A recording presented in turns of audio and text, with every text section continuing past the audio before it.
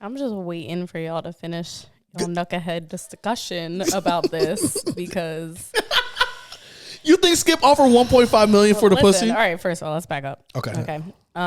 So we are highlighting the wrong person in this whole situation. Facts. Right? That's why I brought up the makeup artist. Oh my God. See, she's not even a makeup artist. She's a hairstylist. Hair and makeup. Yeah. She didn't do makeup. She did hair specifically. So I read the lawsuit because I was curious. Like a lot of these allegations with these big companies come up and, you know, I'm just curious because of how many people were named, and I was trying to get clarity on like what happened here because like the way that it read to me on social media when I first saw it was like, okay, what happened between Joy and Skip? Because like these are the names that are constantly buzzing around, right?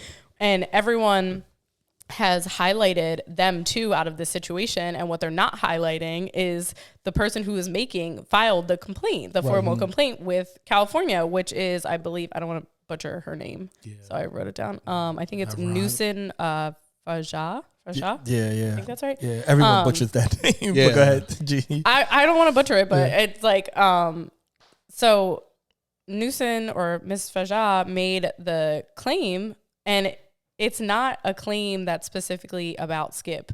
Like the claim itself is like against the whole company of like Fox Sports. Fox Sports, yeah.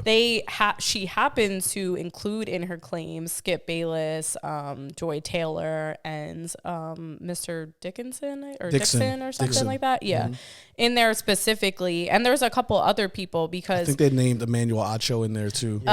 He's in it, but like I don't think her claim was like against him specifically, but like, okay, I just need to like, I needed to screenshot this claim because when I heard about the situation and I wanted to know more about it, because I was like, okay, I want to be able to speak to it. And when I was reading about it, I was like, wow, no one is like actually talking about this claim, like what she claimed. So she has a claim for a class action complaint, which is for Fox, failure to pay minimum wages, failure to pay overtime wages, failure to reimburse business expenses, failure to pay all wages upon separation, failure to furnish accurate itemized wage statements, unfair, unlawful, and fraudulent business practices. So that's a class action she's putting up. I got a lot of niggas I need to sue then. Fuck that. I mean, like, well, people put up with a lot with companies. Hell yeah. Because they especially don't as know, an independent contractor. Yeah, and they don't know their rights. They don't know what's like wrong, what's not. But she's filing this as a class action because this has happened to multiple people. But like,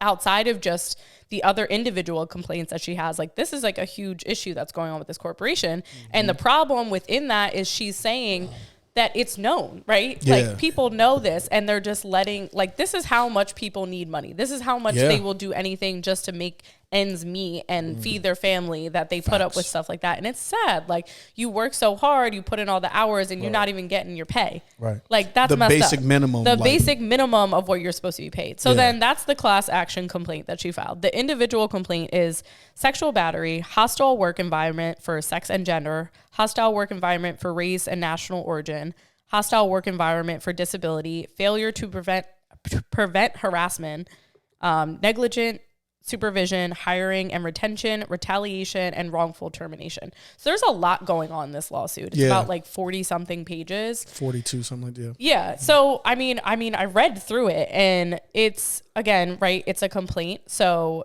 this is her version of the story of what she's telling. So obviously, like, I didn't see like how much time like the defendants have to respond versus the court being like, okay, you didn't respond. Like, we're going to take this complaint as bond, like as word. Right. So they have X amount of time to complain. And the allegations that she's putting up, for one, are big. And for her to go up against a corporation like Fox, which the things that she's saying, they clearly don't care about. Yeah. Well, it seems like they don't care about women, and they don't specifically care about women of her like expertise, of her origin, anything like that. So like this is a bold move, and like it's not like she's not putting her life on the line here. Like we're talking about people with power, and we know people with power, like they have control over so much. So it's really disappointing.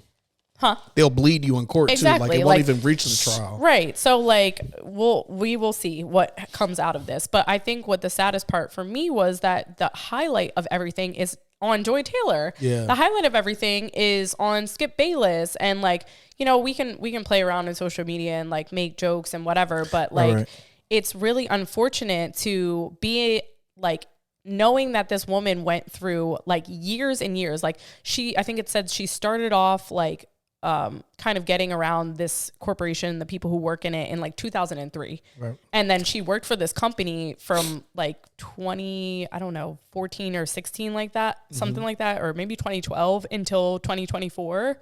And like, that's a long time to be with a company to endure that amount of abuse. And like, she's foreign, like she's just trying to make her ends meet. And like from her perspective of the lawsuit, she's like repeatedly tried to to hold her composure and to reject the sexual advances and to like say she just wants to stay professional. She doesn't want to risk losing her job because like, you know, in Joy's situation, what she's saying is Joy was like, okay, I see an opportunity here where I can use sex to my benefit to get what I want. Right. Joy in this situation, like from the way the lawsuit paints her is that, okay, she was bartending, she was hustling, she was making her money. She probably already had a love for sports and talking about it. And that's kind of what drove this focus because, I mean, you can throw anybody who's pretty with tits onto a screen and see how they do. But like, obviously, from your perspective, you think that she's doing the position well and she's speaking to it well. She knows her shit. So she saw an opportunity. She saw a window and she chose to take it. How she chose to take it, maybe people don't find that like attractive in a way because they, you know, there was infidelity involved. There's, you know, using sexual favors to get like advancement in your career. Yeah.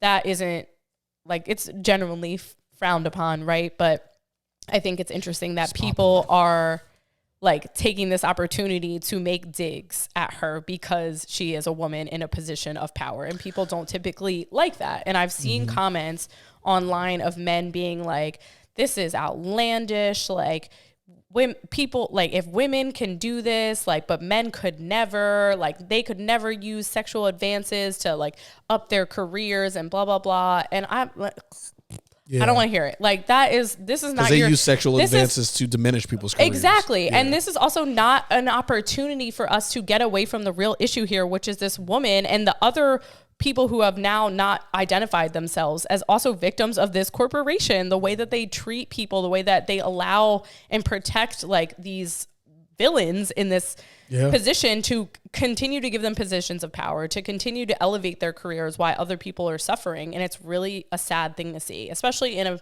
position for her where she's a hairstylist and, you know, oftentimes they get like pushed to the side, like we're focusing on the talent and like what the talent wants, the talent gets, and everybody else gets stepped on along the way. And it's really messed up because they're people too. They're just trying to feed their families. They're trying to do their career. They're doing their aspirations. And, you know, the situation with Joy, why she had named her in the suit is because Joy chose to befriend her. She chose to kind of involve her in her escapades, which is not something that she felt comfortable. But Joy, the reason she's in it is because Joy had a say in her job.